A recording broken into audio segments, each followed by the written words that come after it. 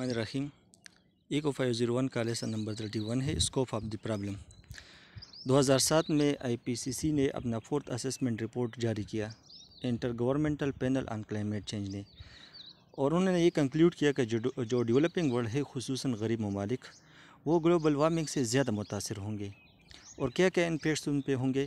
ایک یہ ہوگا کہ مور سیویئر ہیٹ ویوز، کافی زیادہ گرمی آئے گی یہاں پہ، اس کے ویوز آئیں گے، جیسا کہ کراچی میں آیا تھا۔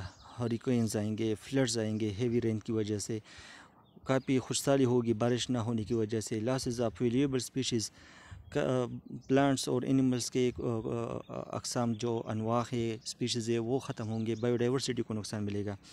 اور اسی طرح کرافٹ اینڈ فشنگ لاسز، پیداوار میں کمی واقع ہوگی، اس طرح جو مچھلی ہے ان کے اسپیشیز کا خاتمہ ہوگا، یہ اس کے نقصانات ہوں گے۔ اور سبسیکوینٹ ریسرچ نے ان کنکلوژن کو رینفورس کیا کہ یہ بڑے پیمانے پہ ہوں گے، اور IPCC نے 4 زونز کو greenhouse gas induced climate کے لیے چینج کے لیے کافی ولنریبل قرار دیا کہ اس پہ کافی اس کے برے اثرات ہوں گے۔ اس میں ایک ہے سب سہارن افریقہ، وہاں پہ بارش نہ ہونے کی وجہ سے پیداوار میں کمی واقع ہوگی۔ دوسرا ایشین میگا ڈیلٹا ہے، یہاں پہ بارش زیادہ ہونے کی وجہ سے فلڈ آئیں گے۔ تھرڈ اسمال آئی لینڈز ہے، جہاں پہ وہ ڈیو ٹو ملٹیپل سینسٹیوٹی کا مطلب یہ ہے کہ وہاں پہ فلڈز بھی آئیں گے اور گلیشیئرز میلٹنگ ہوں گے، کافی اور نقصانات ہوں گے۔ اور اسی طرح جو آرٹک ریجن ہے، وہاں پہ گلیشیئرز کافی تیزی سے میلٹ ہوں گے۔ تو یہ 4 زونز ہے، یہ کافی ولنریبل ہے۔ اگر ہم سب سہارن افریقہ کی بات کریں تو سب سے زیادہ نقصان اس کو ملے گا، اور IPCC رپورٹ نے کنکلیوڈ کیا ہے کہ 2020 تک اگرچہ اڈاپٹیشن کرے، اس کے کچھ فائدے ہوں گے۔ مثال کے طور پر ایتھوپین ہائی لینڈز میں لینتن گروئنگ سیزن کی وجہ سے فائدہ ہوگا، لیکن اگر ہم اڈاپٹیشن بھی کریں تو آلریڈی حالات کافی خراب ہو چکے ہیں۔ اسٹڈی نے یہ پروجیکٹ کیا کہ 75 سے لے کر 250 ملین پیپل افریقہ میں، جیسا کہ میں نے کہا کہ افریقہ اس سے زیادہ متاثر ہوگا، تو وہاں پہ water stress due to climate change بہت زیادہ ہوگا 2020 تک۔ اس کا مطلب یہ ہے کہ واٹر پولوشن ہوگا، اور اسی طرح فریش واٹر اویلیبلٹی کم ہو جائے گی، اور اسی طرح پانی کی قلت ہوگی، تو پیداوار کی کمی واقع ہوگی، تو افریقہ میں 250 ملین پیپل وہ سے متاثر ہوں گے۔ اس طرح جو کوسٹل فشریز ہے، مینگرووز اور کورل ریفز، جو کہ نیچرل ایکو سسٹم ہے، وہ ڈیگریڈ ہو جائیں گے، اور اس سے سی لیول میں اضافہ ہوگا، سیلاب کا خطرہ ہوگا، طوفانوں کا خطرہ ہوگا، اسٹارمز۔ اسی طرح جو فریش واٹر لیکس ہے، وہ بھی نیگیٹیولی افیکٹ ہوں گے۔ اگر ہم ایشیا کی بات کریں تو جو علاقے ان دا پاتھ آف ٹائفون ہے، جہاں پہ طوفانوں کا خطرہ ہوتا ہے زیادہ تر، تو وہ طوفان کافی انکریزنگ فریکوینسی کے ساتھ ہوں گے، انٹینس شدت سے آئیں گے، اور اتنے شدت سے آئیں گے کہ ریور اور اوشن فلڈنگ کے خطرات ہے، سیلاب آنے کا خطرہ ہوگا، اور گلیشیئر میلٹنگ وہ کافی تیزی سے ہو رہا ہے، جس کی وجہ سے سیلاب آئیں گے۔ اور جب گلیشیئر کافی تیزی سے میلٹ ہو جائے تو ایک وقت ایسا آ جائے گا کہ جو گلیشیئرز ہے، سنو ہے، وہ کم ہو جائے گا، اور پھر حالات نارمل ہو جائیں گے۔ اس کے ساتھ فریش واٹر اویلیبل نہیں ہوگا، تو ایشیا میں 2050 میں کافی بلین آف پیپل وہ سے متاثر ہوں گے۔ جہاں پہ ماڈریٹ وارمنگ ہے، تو ایشیا میں جب گلوبل وارمنگ ہوگا تو ناردن ایریاز میں فصل کی پیداوار میں اضافہ ہوگا، لیکن جو ٹراپیکل اور سب ٹراپیکل ایریاز ہے، وہاں پہ پیداوار میں کافی کمی واقع ہوگی، بہت زیادہ سیلاب آئے گا، اور اس سے رورل اور اربن انفراسٹرکچر تباہ ہوگا۔ اور آخر later in the century South Asia میں کافی خشکسالی ہوگی، پانی کی قلت ہوگی، اور اسی طرح ایگریکلچر پروڈکٹیوٹی میں کافی کمی پیدا ہوگی، ڈکلائن ہوگا۔ اگر ہم لیٹن امریکہ کی بات کریں تو وہاں پہ ایمیزون فارسٹ وہ ختم ہو جائے گا، اس کو نقصان پہنچے گا، اور بایو ڈائیورسٹی کو بھی نقصان پہنچے گا۔ اور ڈرائر ایریاز، جو خشک ایریاز ہے، جو بارش پہ ان کا انحصار ہوتا ہے، اس میں پروڈکٹیوٹی کم ہو جائے گی، اس کو نقصان پہنچے گا۔ جیسا کہ ہم نے اسمال آئی لینڈ کو کہا کہ یہ کافی ولنریبل ہے، تو یہاں پہ اوشن فلڈز آئیں گے، ایروجن ہوگا، سائل ایروجن، اسی طرح فریش واٹر کا لاس ہوگا، فشنگ کا اور ٹورزم کا، تو وہاں پہ یہ نقصانات ہوں گے۔ اگر ہم گلوبل وارمنگ اور گرین ہاؤس ایمیشن کے اور کلائمیٹ چینج کے نقصانات کو بیان کریں تو یہ کافی زیادہ ہے۔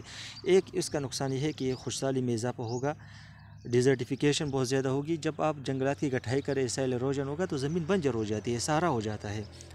اس کے تڑ یہ ہے کہ طوفان آئیں گے, اس کے ساتھ بہت زیادہ بارش ہوگی, سیلاب کا خطرہ ہوتا ہے, سائل ایروجن ہوتا ہے, ہیٹ ویوز آئیں گے سیویئر. اسی طرح سمر جو ریور فلو ہے اس میں کمی واقع ہوگی, پانی کے ذخائر میں کمی واقع ہوگی, پیداوار میں کمی واقع ہوگی. اسی طرح جو climate induce spreading range of paste and diseases, مختلف حشرات اس کی نسلوں میں اضافہ ہوگا, اس کی وجہ سے وہ بیماریاں بہت زیادہ عام ہو جائے گی. اسی طرح پانی وہ کم ہو جائے گا, یا جو ہے موجودہ پانی وہ کنٹیمنیٹ ہو جائے گا, آلودہ ہو جائے گا, اور جو فریش واٹر لیکس ہے وہ خراب ہو جائیں گے. کوسٹل فشریز, مینگروز اور کورل ریفس جو کہ نیچرل ایکو سسٹم ہے وہ تباہ ہو جائیں گے. کوسٹل فلڈنگ ہوگا, سیلاب آ جائیں گے. جو علاقے اور جو سٹیز یا جو رورل ایریاز وہ سمندر کے کنارے پہ ہیں تو فلڈس کی وجہ سے وہ متاثر ہوں گے, تو کافی برے اثرات اس کے ہم دیکھیں گے آج یا کل یا نزدیک. تو اسی کے ساتھ ساتھ جو پولینیٹرز ہے, جو حشرات ہے, جو میل فلاور سے پولن گرین لے کر فیمیل فلاور میں منتقل کرتے ہیں اور اس سے سیڈ اگتا ہے, تو جب پولینیٹرز ختم ہو جائیں گے تو ظاہری بات ہے کہ مختلف فروٹس وہ نہیں پیدا ہوں گے, پلانٹس وہ ختم ہو جائیں گے, تو ڈیفارسٹیشن وہ اس سے ہوگا.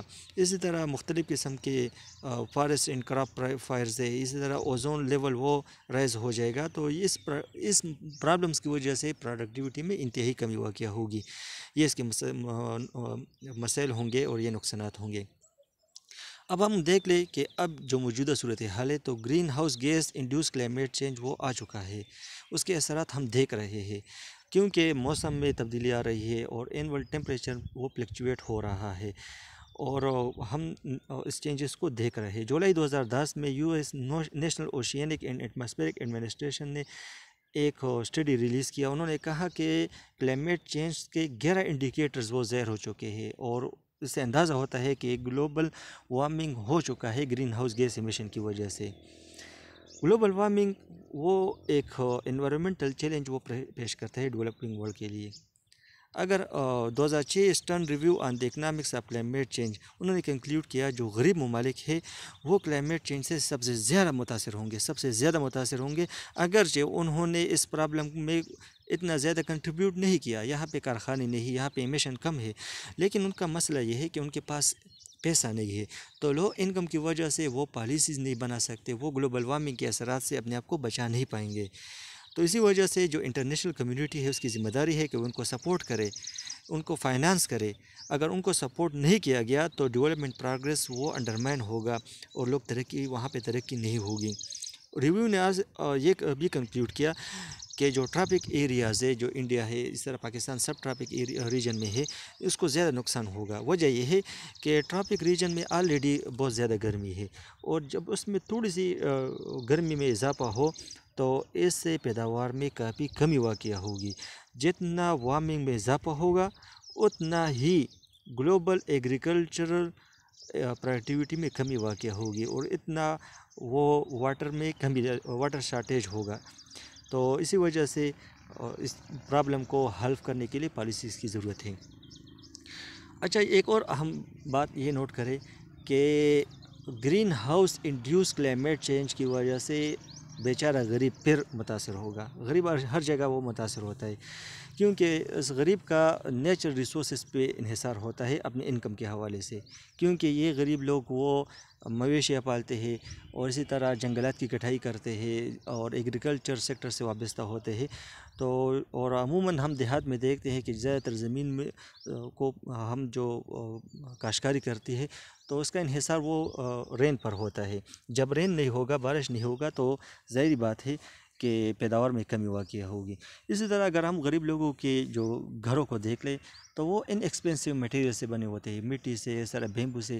جب طوفان آئے گا, زیادہ بارش آئے گا تو وہ گھر مطلب وہ گھر جائے گا, تو وہاں پہ غریب کو زیادہ نقصان ہوتا ہے کلائمیٹ چینج کی وجہ سے. اسی طرح اگر ہم دیکھ لیں کہ جو غریب ہے تو اس کے پاس پیسہ نہیں ہوتا. جب پیسہ نہیں ہوتا تو وہ انشورنس پریمیم پے نہیں کر سکتا. جب وہ انشورنس پریمیم پے نہیں کر سکتا تو رسک کو وہ اوائڈ نہیں کر سکتا، تو اس کو انشورنس نہیں ملتا. یہی وجہ ہے کہ ورلڈ ہیلتھ آرگنائزیشن نے اندازہ لگایا کہ 1970 سے لے کر اب تک 1,50,000 اموات ہو چکی ہے گلوبل وارمنگ کی وجہ سے. کیونکہ گلوبل وارمنگ کی وجہ سے ڈائریا، ملیریا اور میل نیوٹریشن وہ اس کے امپیئر سے اثر آتے ہیں. تو غریب لوگ ڈائریا، ملیریا اور میل نیوٹریشن کی وجہ سے مر چکے ہیں، جو کہ گلوبل وارمنگ کے امپیئر سے. اسی طرح سوشل سٹرین میں بھی اضافہ ہوگا. جب ریسورسز میں کمی واقع ہوگی، جنگلات میں کمی واقع ہوگی، تو غریب لوگوں کا انحصار ان جنگلات پہ ہے. جب لکڑیاں نہیں ہوگی تو یہ ان اسکیئر ریسورسز کے لیے وہ آپس میں مقابلہ کریں گے، تو اس سے کنفلکٹ پیدا ہوں گے، لڑائی جھگڑے، اور زیادہ تر غریب اس سے متاثر ہوں گے.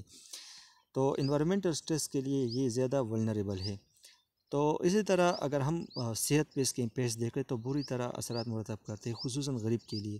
اگر ہم ملیریا کو لے لیں تو ملیریا یہ ماسکیٹو کی وجہ سے وہ پھیلتا ہے، کیونکہ ہمیں پتہ ہے کہ mosquitoes are involved in the spread of malaria.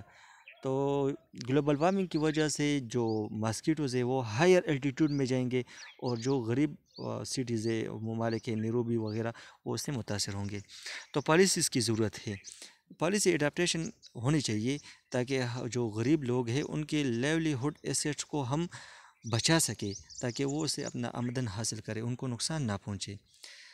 اور ادر ڈیولپمنٹل بینیفٹس کے ساتھ ساتھ ان کے لیولیہوڈ ایسیٹ کو ریزیلینٹ بنانا ہے. مثال کے طور پر جو ایکولوجیکل ریسورسز ہے، نیو ایکولوجیکل ریسورسز کو ٹریک کرنا ہے، اس میں جدت پیدا کرنا ہے. جو انوائرمنٹل ڈپرائیویشن ہے، محرومی ہے، اس کو ایڈریس کرنا ہے. مثال کے طور پر جب ہم پاورٹی اسسمنٹ اور پروگرام شروع کرتے ہیں تو اس میں ہم یہ اندازہ لگا لیں کہ جو غریب لوگ ہیں وہ ایکولوجیکل سٹریس تک کتنا وہ سسیپٹیبل ہے. اس طرح ہمیں چاہیے کہ ارلی وارننگ سسٹم کو امپلیمنٹ کرے. سیلاب آنے سے پہلے ہم اندازہ لگا لیں، تاکہ وہ لوگ جو ہے نا ان کو یہ جو ڈیزاسٹرس ہے اس سے بچایا جا سکے. جیسا کہ پاکستان میں ڈیزاسٹر مینجمنٹ کا محکمہ ہے، اور وہ اندازہ لگاتے ہیں کہ سیلاب آنے کا خطرہ ہے، اور لوگوں کو بچانے کی کوشش کرتے ہیں.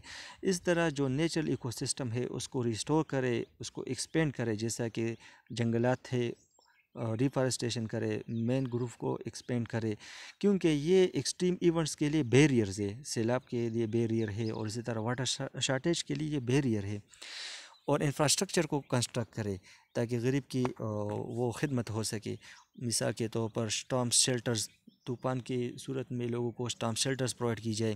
اس طرح فلڈ بیریئرز، روڈ کو بچایا جائے، بریجز کو، تاکہ غریب لوگوں کی خدمت ہو سکے. اس طرح مائکرو انشورنس اسکیمز کسانوں کے لیے اسٹیبلش کیے جائے، اور غریبوں کو امپاور کیا جائے، ان کے آرگنائزیشن کو، تاکہ ان کو بروقت انفارمیشن ملے.